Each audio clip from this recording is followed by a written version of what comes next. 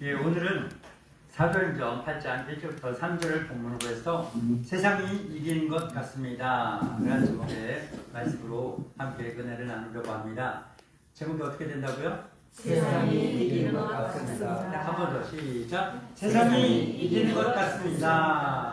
라는 제목으로 하나님의 은혜를 나누게 될 때 하나님께서 하늘의 문을 활짝 여시고서 하나님의 그 놀라우신 사랑과 은혜와 능력과 복과 지혜와 지식과 기쁨과 평화를 우리에게 충만하게 하실 줄로 믿습니다. 네.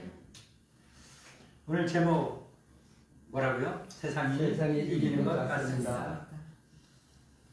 목사님들의 설교를 이렇게 하나님께 은혜를 받아서 준비하면서 이렇게 많은 것들을 정말로 많은 것들을 고민하면서 기도하면서 설교를 준비합니다.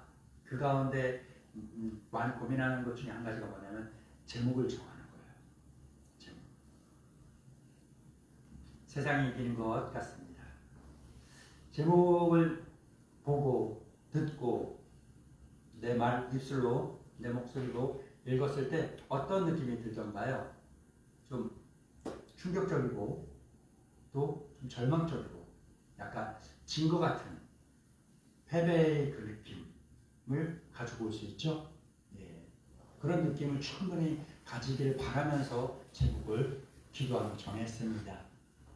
그러나 이 제목이 우리에게 절망과 충격과 패배와 회의감을 가져다 준다 할지라도 오늘의 전해지는 말씀은요 결코 그렇지 않습니다. 오히려 세상의 거센 도전 속에서 더 빛나는 그 믿음의 승리를 이야기하고자 합니다. 오늘 본문엔 예루살렘 교회의 사랑의 동역자였던 스데반 집사가 등장합니다. 이 스데반 집사가 순교 이후 그 순교를 당하고 그 직후에 얼마 안 되는 시간 안에 일어난 일들이 쭉 기록되어 있습니다. 앞선 사도행전 6장과 7장에는 사랑의 동역자인 스데반 집사가 순교하는 과정과 순교의 장면이 기록되어 있는 것을 우리는 살펴보았습니다. 스데반 집사, 그가 순교하기까지 그는 어떤 사람이었습니까? 스데반 집사가 예수님 만나기 이전에는 어떤 사람이었는지 우리는 몰라요. 그러나 스데반 집사가 예수님 만난 이후 어떤 사람이었는지는 우리가 알고 있습니다. 우리가 알고 있는 부분에서 스데반 집사는 어땠습니까? 스데반은 그의 삶은 무엇으로 충만했을까요? 예수로 충만하네. 할렐루야. 네. 스데반은 예수님으로 충만한 삶을 살았습니다. 그는 예수님과 동행하며 살았습니다. 그는 예수님에 충만했기 때문에 믿음이 충만했고 지혜가 충만했고 능력이 충만했고 우리가 말했던 것처럼 성령이 충만했습니다. 성령 충만한 것 무엇 충만이에요? 사랑 충만. 성령 충만하니 사랑 충만하고 사랑이 충만하니 이 내 속에 가득한 사랑을 내가 감히 이 조그마한 그릇인 내가 붙들고 있을 수가 없어서 그 사랑이 넘쳐나게 되죠. 바깥으로 드러나게 됩니다. 이게 뭐예요? 사랑을 실천하게 되는 거죠.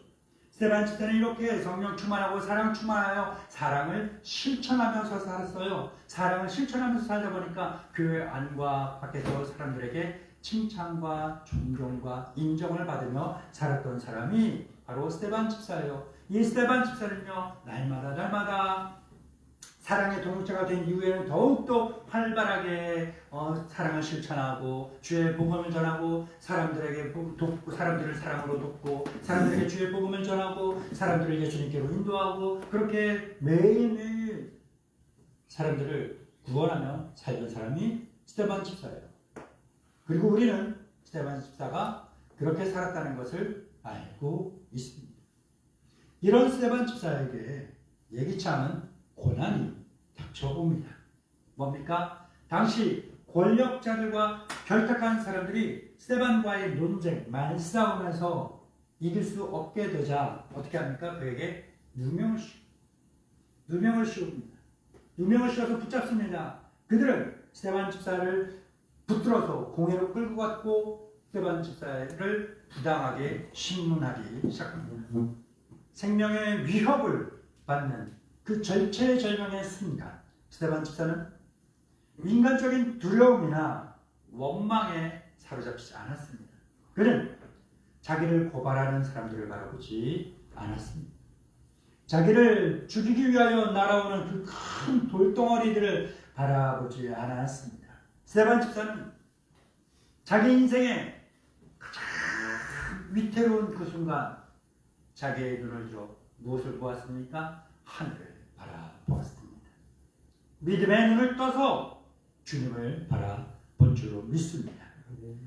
스데반 집사는 가장 큰 고난과 위험과 위기 앞에서 그 상황과 환경에 자기의 시선을 빼앗기지 않고 전심전력해서 그 시선을 주님께 집중했던 것입니다. 그가 전심전력해서 눈을 들어 주를 바라보며 주님께만 시선을 집중하게 되자 바로 그 순간, 바로 그때 그는 놀라운 영광스러운 장면을 목격하게 됩니다.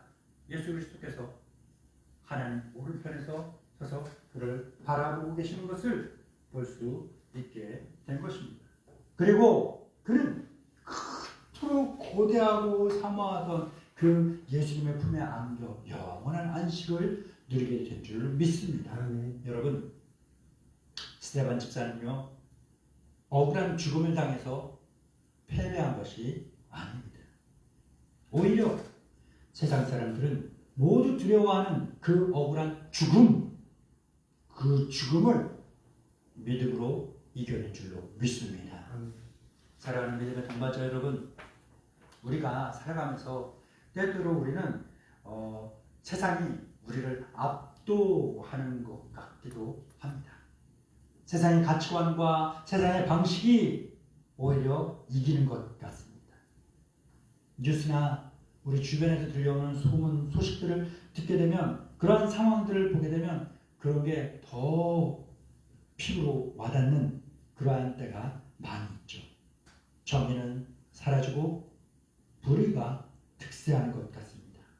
사랑과 평화보다는 미움, 갈등이 더 크게 보인 것 같습니다.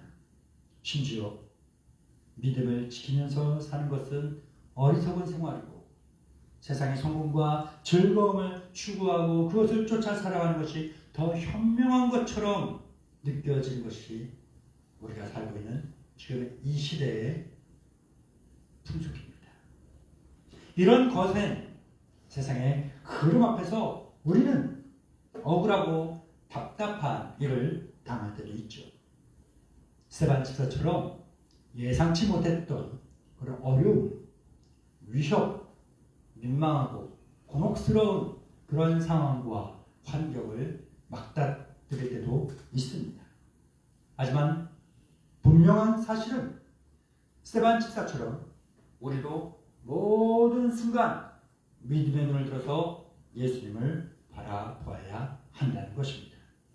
어떤 상황 속에서도 우리를 지켜보시고 우리와 함께 하시고 우리를 도우시며 우리의 힘이 되시는 그 예수님께 우리의 시선을 집중하고 예수님과 시선을 맞추는 믿음, 그러한 믿음의 안목이 우리에게 필요한 것입니다.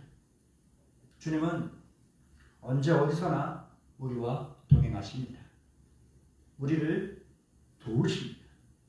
이 은혜를 날마다 경험하는 복된 인생들이 되기를 진심으로 축복합니다. 네. 스데반 집사의 이 순교가 얼마나 큰 충격이었겠습니까? 여러분, 우리 믿음의 공동체원들이 있는데 우리 중에 누군가가 억울하게 특히나 이제 믿음을 지키다가 그렇게 억울하게 죽음을 당했어요. 그러면 남 일이에요? 내 일이에요?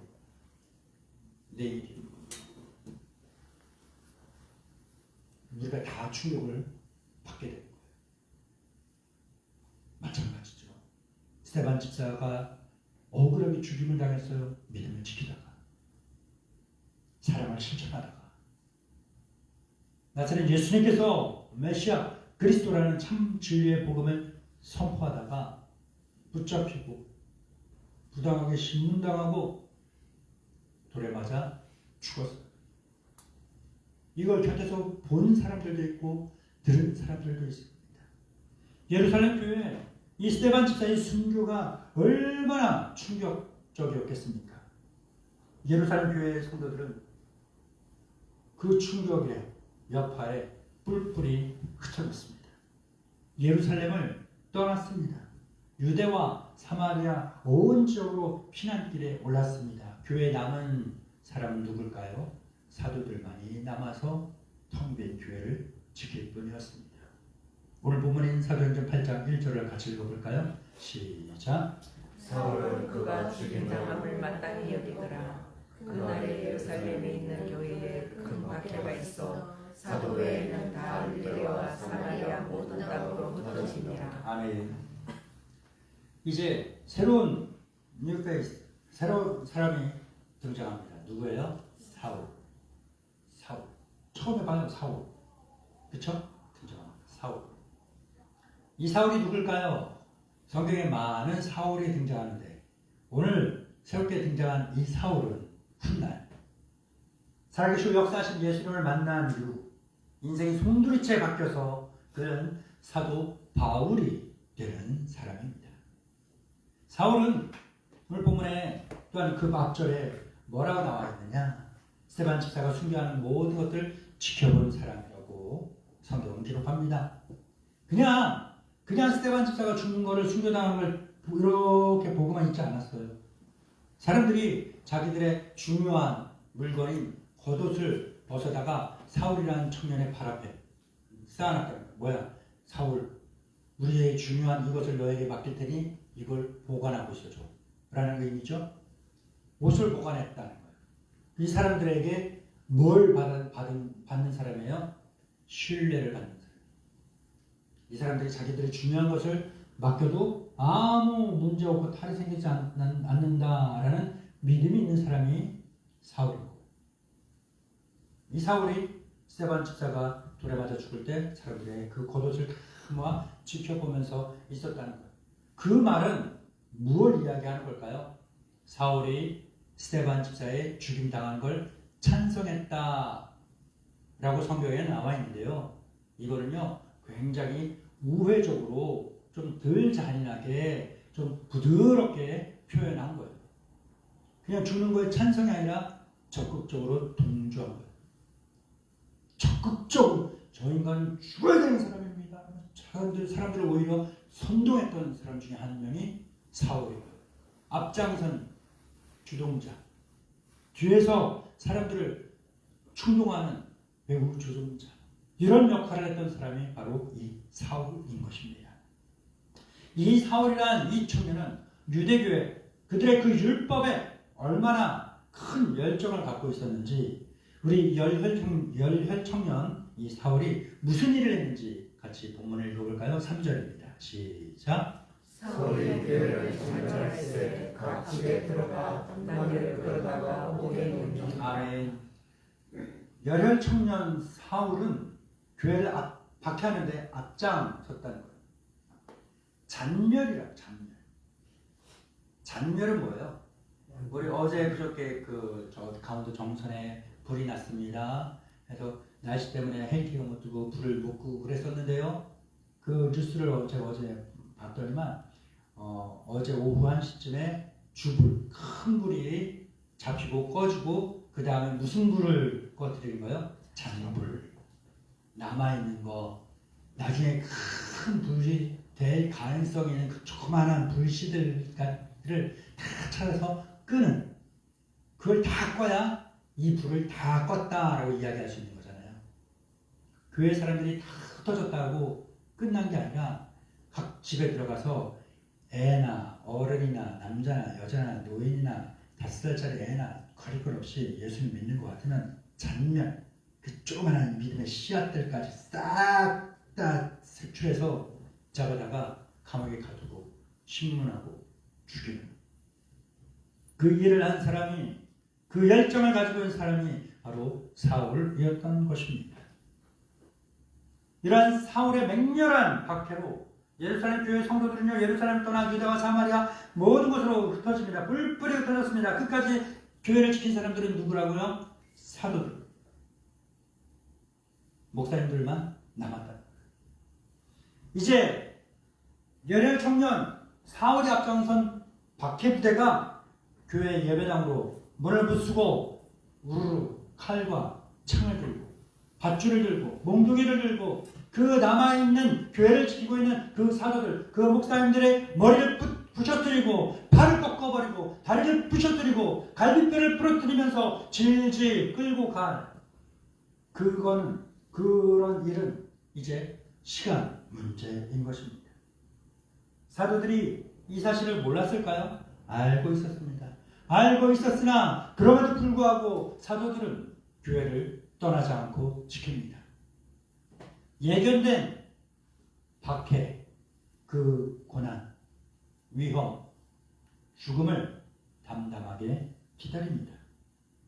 그리고 그 시간이 제깍 다가올수록 그들은 뭐 했을까요? 만약에 그 자리에 사도들이 아니라 목사님들이 아니라 바로 내가 그 자리에 있었다면 우리는 뭐 했을까요? 불안에 떨고 걱정하고 초조하고 겁나서 울고 소리 지르고 이게 네 탓이니 누구 탓이니 하면서 싸우고 그러지 않았을까? 근데 사도들은 끝까지 교회를 지킨 그 목사님들은 뭐 했을까? 바로 그 시간이 다가올수록 더 기도하면서 더 뜨겁게 예배하면서 텅 빈 예배당이 차가운 냉기가 아니라 사랑과 믿음과 성령의 뜨거움으로 더 뜨거워져 그 뜨거움의 열기로 채워질 수 있도록 기도하고 예배했습니다. 사랑하는 믿음의 동반자 여러분, 이 장면 한번 여러분 머릿속에 눈앞에 그려보세요. 상상해 보시기 바랍니다. 열심히 신앙생활하던 성도들이 갑자기 집과 자기들의 삶의 터전을 떠나서 피난길을 도망가는 거예요. 막 도망가요. 모든 것이 무너져 내리는 것 같고 세상이 교회를 완전히 짓밟아 버린 것처럼 느껴지지 않습니까? 마치 세상의 힘이 교회를 압도하고 세상이 승리한 것처럼 보이지 않습니까? 교회와 세상의 싸움에서 세상이 승리한 것처럼 보이는 거예요. 믿음과 불신앙의 대결에서 불신앙이 이긴 것처럼 보입니다. 주님과 세상 권세의 싸움에서 세상이 득세한 것처럼 보이죠. 세상의 힘과 세상의 권력과 세상의 핍박 앞에 교회는 힘없이 무너지고 성도들의 믿음은 그 머리가 뚝 꺾여진 꽃처럼 믿음이 뚝 꺾여 버립니다. 교회를 구성하는 중요한 요소들 가운데 한 가지인 성도, 이 성도들이 모두 다 흩어져 버렸으니 도망가 버렸으니 사라져 버렸으니 텅 빈 예배당을 보면서 세상은 뭐라고 외칠까요? 자, 봐라! 내가 이겼다. 우리가 이겼다. 교회가 아니라 세상이 이겼다. 라고 외치게 될 겁니다. 사랑하는 믿음의 동반자 여러분, 우리도 신앙생활하면서 때로는 세상이, 저 불신앙이, 세상의 권세가, 세상 재미가 더 강해 보일 때가 있죠. 예전처럼 그 노골적인 핍박이나 노골적인 차별은 좀 줄었을지는 몰라요. 하지만 교회를 향한, 믿음을 향한, 그리스도인을 향한 세상의 냉대와 조롱과 교묘한 차별은 여전히 존재합니다. 노골적인 핍박은 사라졌을지 몰라도 그 자리를 대신하는 것들이 있습니다. 미디어, 이름을 이야기하면 좀 그렇지만 유튜브라든가 틱톡이라든가 인스타라든가 페이스북이라든가 뉴스라든가 신문이라든가 카더라 통신이나 가짜뉴스나 이런 모든 미디어, 문화, 인권이라는 이름으로 교육이라는 명목으로 세상은 교묘하게 기독교적 가치관을 희석시키려고 하고 있습니다. 물질 만능주의, 돈이면 다 되지. 돈이 최고야. 쾌락주의. 야, 교회 가느라고 술도 못 먹고 담배도 못 피고야, 여자도 남자도 함부로 못 만나고야, 뭐가 재밌냐, 교회 안 다니고 차라리 술 마시고 담배 피고 여자 만나고 남자 만나고 그렇게 놀러 다니고 밤새 먹고 마시고 놀러 다니는 게 그게 좋지. 열심히 돈 모아서 펑펑 쓰면서 그렇게 사는 게 낫지 않냐 라고 이야기합니다. 상대주의적인 이러한 가치관들이 마치 진리인 것처럼 포장되어서 우리를 유혹합니다. 때로는 우리가 신앙을 지키는 것, 믿음을 지키는 것은 구시대적이라. 요즘 시대에 누가 믿음을 지켜? 목사님, 요즘 시대에 누가 믿음대로 살아요? 요즘 시대에 누가 말씀에 순종해요? 아멘하고 그냥 되돌아서서 마는 거지. 목사님, 세상을 몰라도 너무 모르시네. 정신 좀 차리세요, 목사님. 누가 정신 차려야 될 사람입니까? 우리가 믿음을 지키며 사는 것이 구시대적인 그러한 것처럼 느껴지게 만든 것이 지금 우리가 살아가고 있는 이 세상의 주류인 것입니다. 이렇게 뒤로는 칼을 숨기고서는 겉으로는 실실 웃으면서 다가와서 우리를 핍박하는 것이 세상의 핍박이에요. 양의 탈을 쓴 늑대처럼 더욱 교활하게, 더 은밀하게 교회와 그리스도인을 대적하는 세력들이 분명히 존재하고 있습니다. 이러한 세상의 모습 앞에서 우리는 종종 이러한 생각에 붙들리기도 합니다.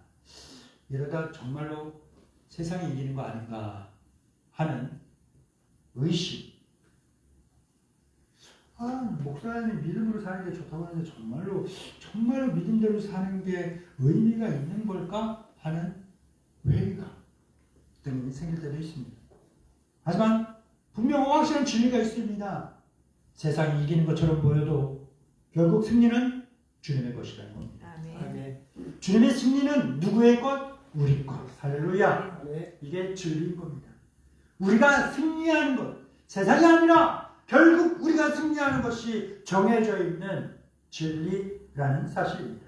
여러분, 교회가 승리합니다. 아멘. 주님이 승리합니다. 아멘. 믿음이 승리하고 그리스도인이 승리하는 것이 사실이고 이미 답이 정해져 있는 진리인 줄로 믿습니다. 아멘. 예수 그리스도께서 요한복음 16장 33절에 이렇게 말씀하셨습니다. 시작. 이것을 너희에게 이르는 것은 너희로 인하여서 평안을 누리게 하려 함이라. 세상에서는 너희가 환난을 당하나 담대하라. 내가 세상을 이겨노라. 할렐루야. 네.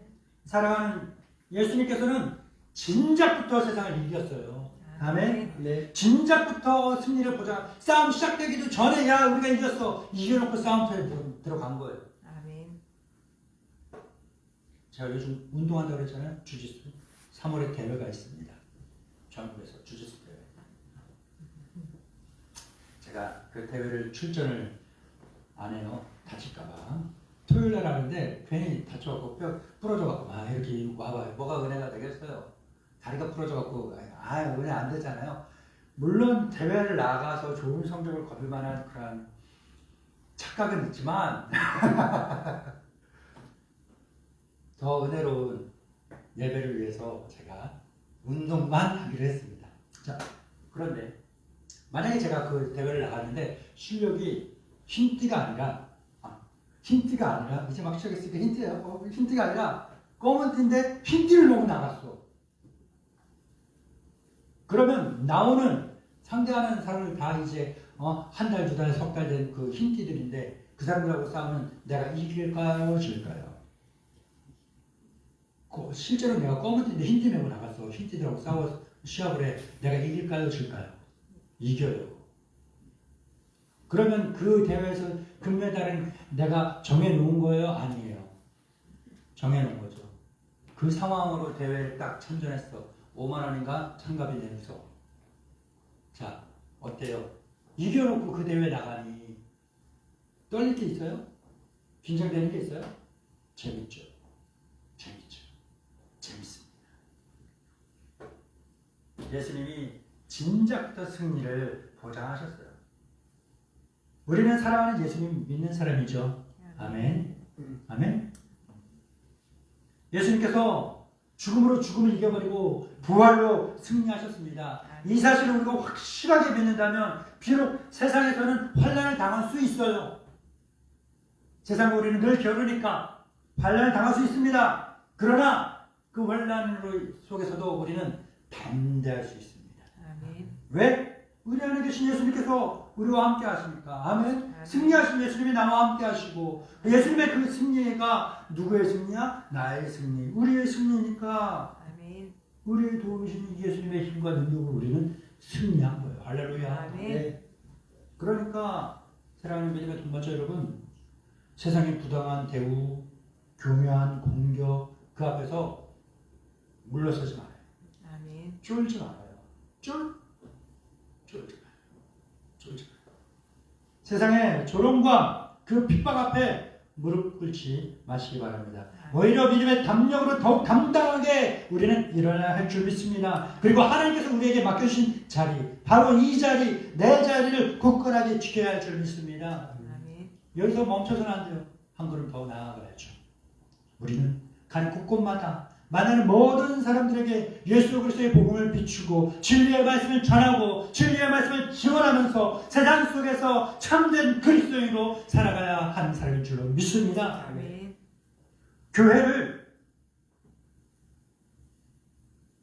교회를 세상이 이기는 것 같고 우리의 믿음을 세상이 이기는 것 같고 우리 주님을 세상이 이기는 것 같고 우리 그리스도인을 세상이 이기는 것처럼 보일지라도 결국 모든 것을 이기는 것은 우리 예수님. 아멘. 이 믿음 굳게 붙잡고 살아갈 때 우리는 세상 속에서 승리하는 삶을 살아낼 줄 믿습니다. 아멘. 하나님께서 예비하신 놀라운 은혜와 그 복을 날마다 경험하는 복된 인생이 될 줄 믿습니다. 아멘. 그러니까 세상이 아무리 강해 보여도 세상 권세가 아무리 드높아 보이고 세상 사람들이 갖고 누리는 그 모든 게 그렇게 부러워 보인다 할지라도 좋아 보인다 할지라도 쫄지 마세요. 아멘. 부러워서 그걸 따라가지 마세요. 아멘. 그게 결국 이기는 게 아니에요. 마지막에 웃는 거는 누구예요? 주님이십니다. 아멘. 주님을 믿고 따르는 우리가 마지막에 웃는 거예요. 믿음의 사람이 승리하는 겁니다. 이 믿음, 이 확신을 가지고 세상 속에서 담대하게 살아가는 그리스도인, 결국 세상을 이기는 그리스도인이 되기를 온 힘을 다해 축복합니다. 아멘. 기도하겠습니다. 사랑과 은혜가 풍성하신 주님, 오늘 말씀을 통해서 세상이 이기는 것처럼 보이는 절망적인 상황 속에서도 하나님의 주권과 역전의 은혜를 깨닫게 해주시니 감사합니다. 아멘. 세상이 주는 어려움과 핍박 속에서도 낙심하지 않고 세상을 이기신 예수 그리스도를 굳게 붙잡고 살아가게 하옵소서. 아멘. 어떤 상황 속에서도 복음의 증인으로 살고 하나님의 나라를 확장해 나가게 하옵소서. 예수님의 이름으로 기도합니다. 아멘. 아멘.